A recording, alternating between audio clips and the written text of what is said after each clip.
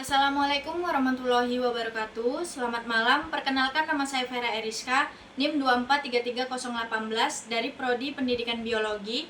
Ingin memenuhi tugas pengganti UAS dari Ibu Eti, yaitu materi yang pertama yaitu larutan.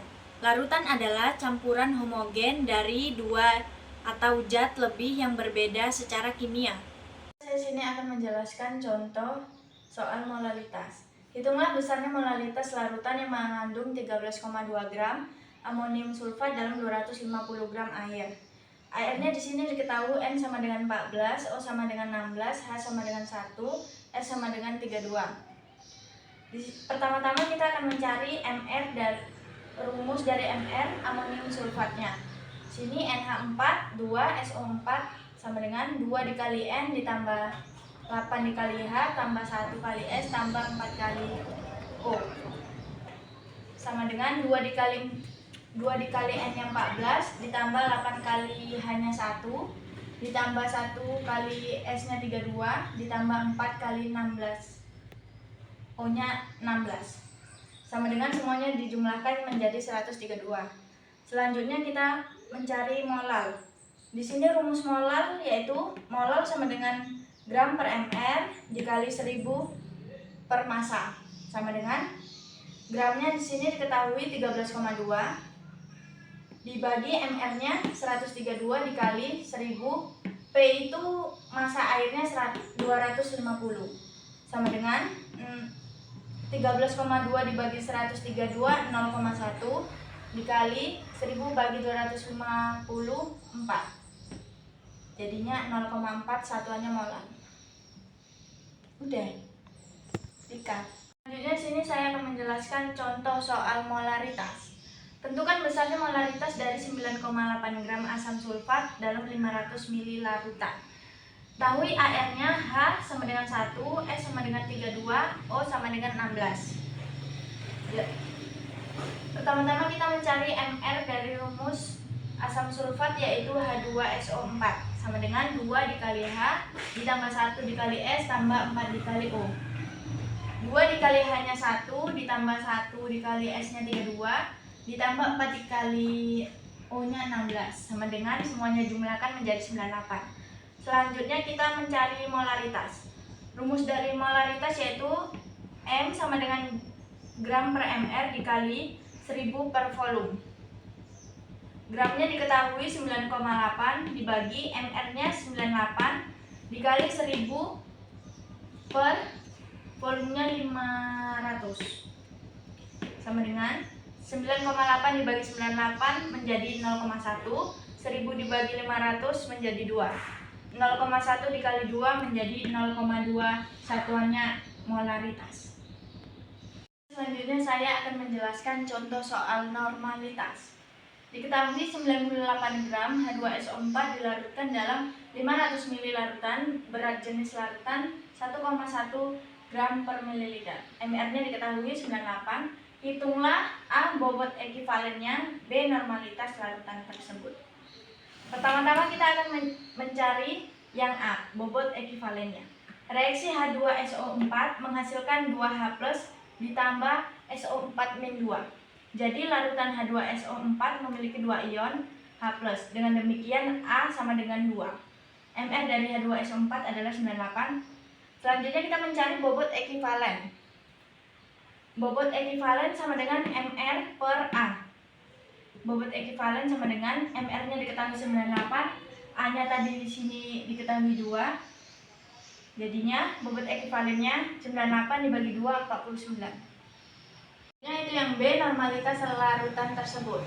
Di sini rumusnya N sama dengan massa per bobot ekivalen dikali 1000 per volume. N sama dengan massanya 98 gram dibagi bobot ekivalennya yang tadi 49 dikali 1000 per volumenya 500 menghasilkan N sama dengan 4N. Saya akan menjelaskan contoh soal fraksi mol.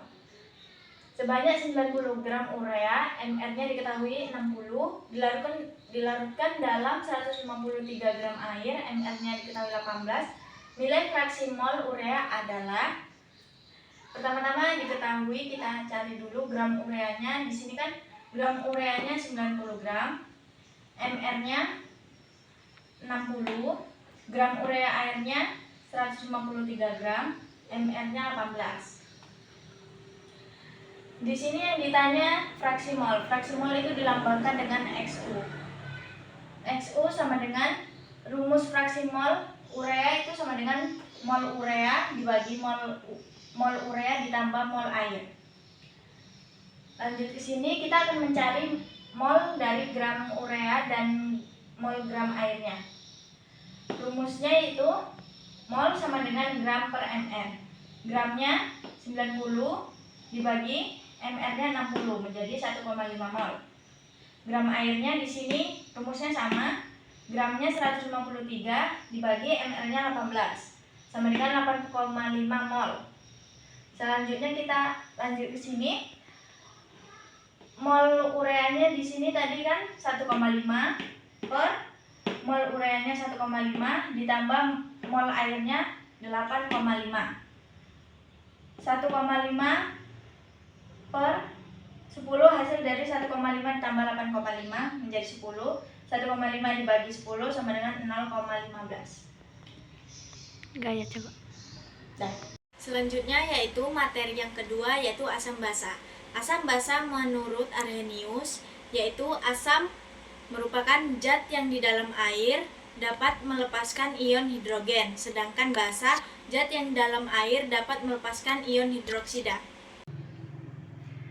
Selanjutnya saya di sini akan menjelaskan contoh soal asam basa menurut Arrhenius. Asam menurut Arrhenius yaitu zat yang jika dilarutkan dalam air akan menghasilkan ion H+. Di sini contohnya HCl. Apabila HCl dilarutkan dalam air akan terionisasi menjadi H+ ditambah Cl-. Dikarenakan ini ada H+, jadi dia asam.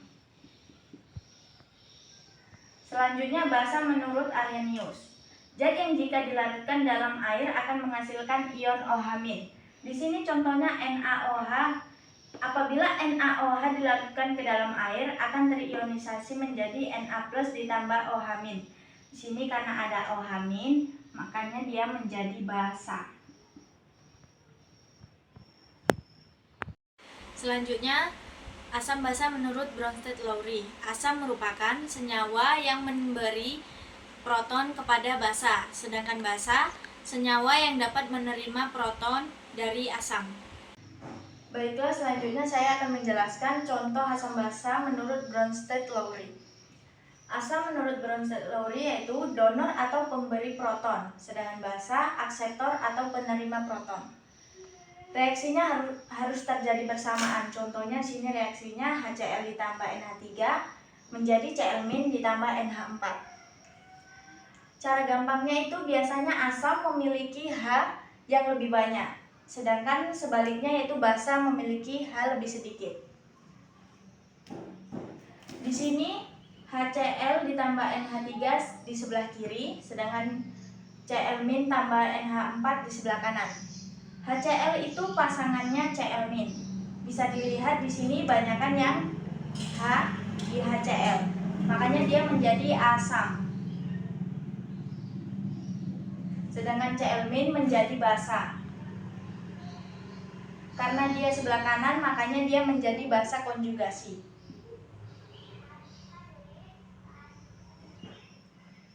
Selanjutnya NH3 berpasangan dengan NH4. Di sini bisa kita lihat banyakkan NH4 dikarenakan NH4 memiliki H4. Jadi makanya dia menjadi basa, asam. Karena di sebelah kanan dia menjadi asam konjugasi. NH3 menjadi basa. Maka HCl asam berpasangan dengan Cl- basa konjugasi, NH3 basa berpasangan dengan NH4 asam konjugasi. Selanjutnya yaitu asam basa menurut Lewis. Asam yaitu akseptor pasangan elektron, sedangkan basa donor pasangan elektron. Baiklah, selanjutnya saya akan menjelaskan contoh asam basa menurut Lewis. Asam menurut Lewis yaitu akseptor atau penerima pasangan elektron, sedangkan basa donor atau pemberi pasangan elektron. Di sini contohnya NH3 ditambah BF3 menghasilkan NH3BF3. Yang pertama kita akan mengerjakan yang ini dulu. Kita tulis di sini N.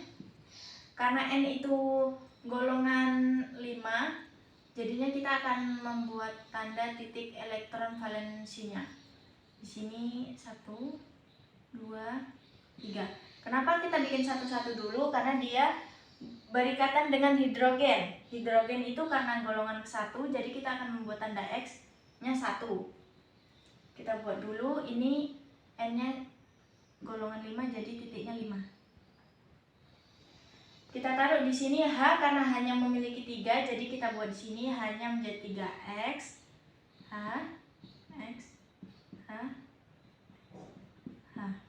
Jadi N memiliki 2 elektron bebas. Selanjutnya ditambah BF3.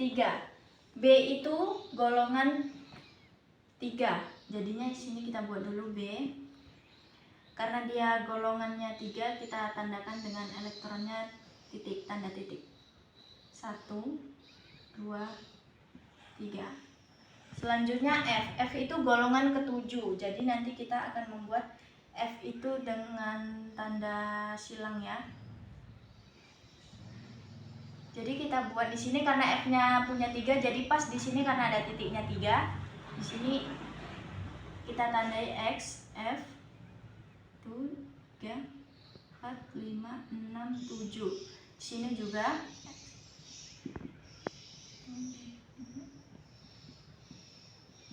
di sini.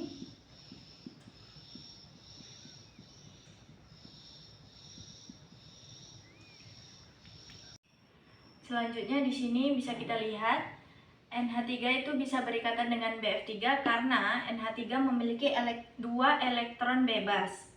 Dia bisa memberi ke BF3. Jadinya karena NH3 ini memberi, maka dia basa. Karena basa itu pemberi pasangan elektron, sedangkan BF3 itu asam karena dia penerima pasangan elektron. Jadi berikatannya itu seperti apa? Seperti ini. Sini kita buat lagi yang sama seperti ini.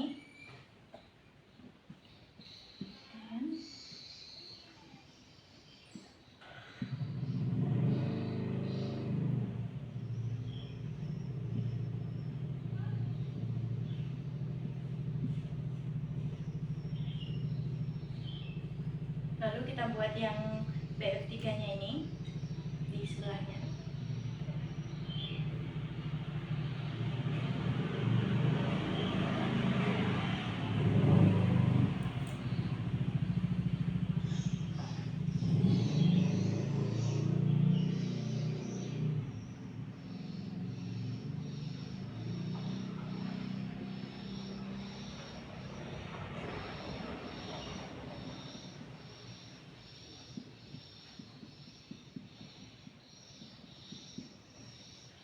Jadi inilah hasilnya setelah NH3BF3 berikatan. Jadi di sini yang basa adalah NH3. Yang basa itu NH3.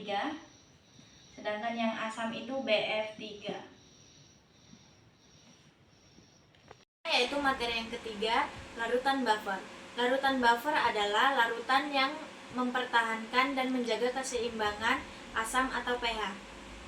Adapun larutan penyangga asam dan basa, yaitu yang pertama, larutan penyangga asam mengandung asam lemah dan basa konjugasinya, sedangkan larutan penyangga basa mengandung basa lemah dan asam konjugasinya.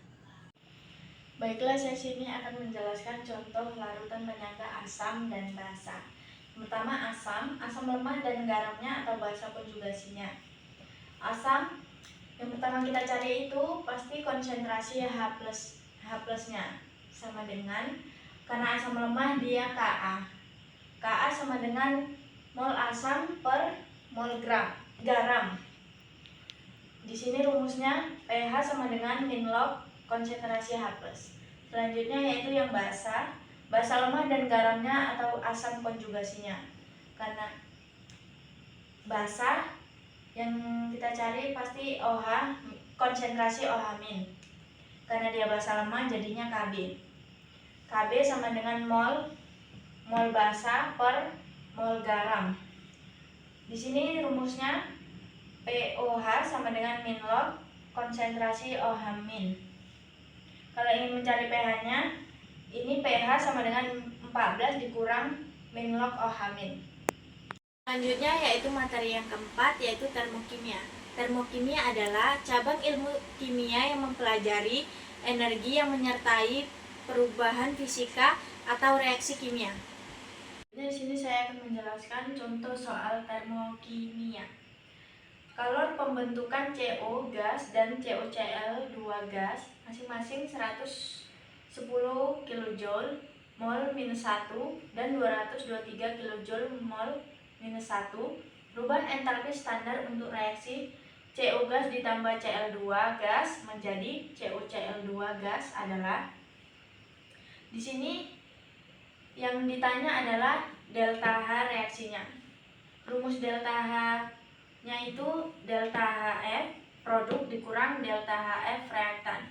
Di sini yang menjadi produk adalah COCl2 gas, sedangkan yang menjadi reaktan yaitu CO gasnya. Jadi di sini delta H sama dengan delta HF COCl2 dikurang delta HF CO sama dengan delta H sama dengan COCl2 itu ini 223 kJ dikurang 110 kJ. Satuannya kilojoule per mol sama dengan 223 dikurang 110 menjadi plus 113 kJ per mol.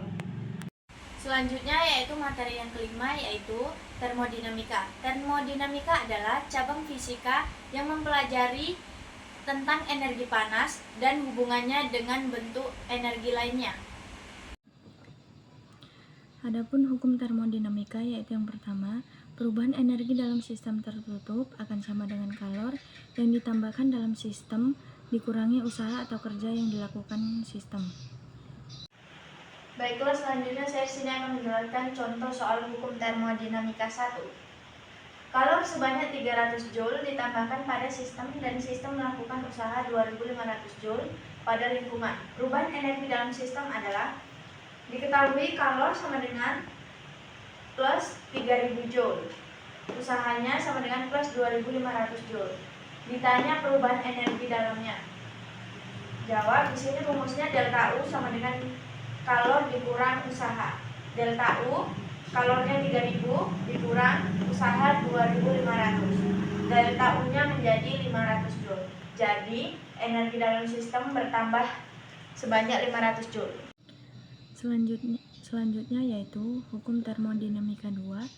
Kalor akan mengalir secara spontan dari benda bersuhu tinggi ke suhu rendah. Selanjutnya saya akan menjelaskan contoh soal hukum termodinamika 2. Suatu mesin pendingin karbon mempunyai koefisien performasi 6,5.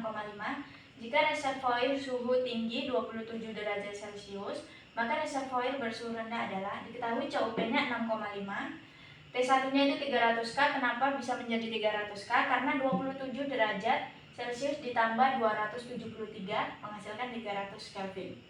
Ditanya di sini T2, kita menggunakan rumus COP sama dengan T2 per T1 dikurang T2. COP-nya sini ketahui 6,5, T2 yang ditanyakan per T1-nya sini 300 dikurang T2. Ini kita kalikan silang. 6,5 dikali 300 menghasilkan 1950. Selanjutnya 6,5 dikali min T2 menghasilkan min 6,5 T2. Karena dipindah luaskan menjadi positif 6,5 T2 ditambah T2 menghasilkan 7,5 T2. T2 sama dengan 1950 per 7,5 menghasilkan 250K. Selanjutnya yaitu hukum termodinamika 3. Pada saat suatu sistem mencapai temperatur nol absolut, semua proses akan berhenti dan entropi akan mendekati nilai minimum. Selanjutnya materi ke-6, kecepatan reaksi. Kecepatan reaksi adalah perubahan konsentrasi reaksi ataupun produk terhadap satuan waktu. Adapun faktor-faktor yang mempengaruhi kecepatan reaksi yaitu luas permukaan bidang sentuh, konsentrasi, suhu, dan katalis. Selanjutnya saya akan menjelaskan contoh soal kecepatan reaksi. Suatu reaksi 2A ditambah B menghasilkan 2AB, memiliki laju reaksi K dikali konsentrasi A kuadrat dikali konsentrasi B. Pada suhu tetap zat A diperkecil 1/4 kali, sedangkan konsentrasi dinaikkan 2 kalinya. Maka laju reaksi menjadi, di sini sebenarnya ini tadi sudah rumusnya ya, yang K konsentrasi A kuadrat dikali konsentrasi B, jadinya I sama dengan K dikali konsentrasi A kuadrat dikali konsentrasi B. Di sini menjadi V aksen sama dengan konsentrasi A kuadratnya tadi 1/4, karena dia ada kuadrat kita buat kuadrat sini. Konsentrasi B nya yaitu 2, jadinya 1/4 kuadrat jadinya 1/16 dikali 2, jadi V aksen sama dengan 1/8 V. Selanjutnya materi yang ke-7, kesetimbangan reaksi. Kesetimbangan reaksi adalah kondisi dalam suatu reaksi kimia di mana laju reaksi ke arah produk sama dengan laju reaksi ke arah reaktan. Adapun beberapa faktor-faktor yang mempengaruhi kesetimbangan reaksi yaitu perubahan konsentrasi, katalis, suhu, tekanan, dan volume. Baiklah, saya akan menjelaskan contoh soal kesetimbangan reaksi. Dalam ruang 5 liter reaksikan 0,5 mol N2 dengan 0,4 mol gas O2 menurut reaksi. N2 gas ditambah O2 gas menghasilkan 2NO gas. Setelah tercapai keadaan seimbang, terbentuk 0,2 mol gas NO. Harga Kc adalah, di sini pertama-tama kita buat reaksinya terlebih dahulu. N2 ditambah O2 menghasilkan 2NO. Lalu kita buat seperti ini MRS-nya. Mula-mulanya di sini N2-nya sudah diketahui yaitu 0,5, O2-nya yaitu 0,4, sedangkan 2NO-nya belum diketahui.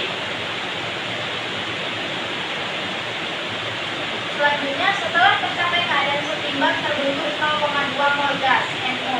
Kita sudah mengetahui setimbang dari 2NO yaitu 0,2 mol. Kita naikkan ke reaksinya. Selanjutnya, hasil dari reaksi O2 nya kenapa bisa 0,1? Karena setengah dikali 0,2 menghasilkan 0,1. Sama juga seperti ini. Selanjutnya 0,5 dikurang 0,1 menjadi 0,4 mol. 0,4 dikurang 0,1 0,3 mol. Ini sudah diketahui tadi. Selanjutnya masing-masing dari hasil ini dibagi 5. Konsentrasikan.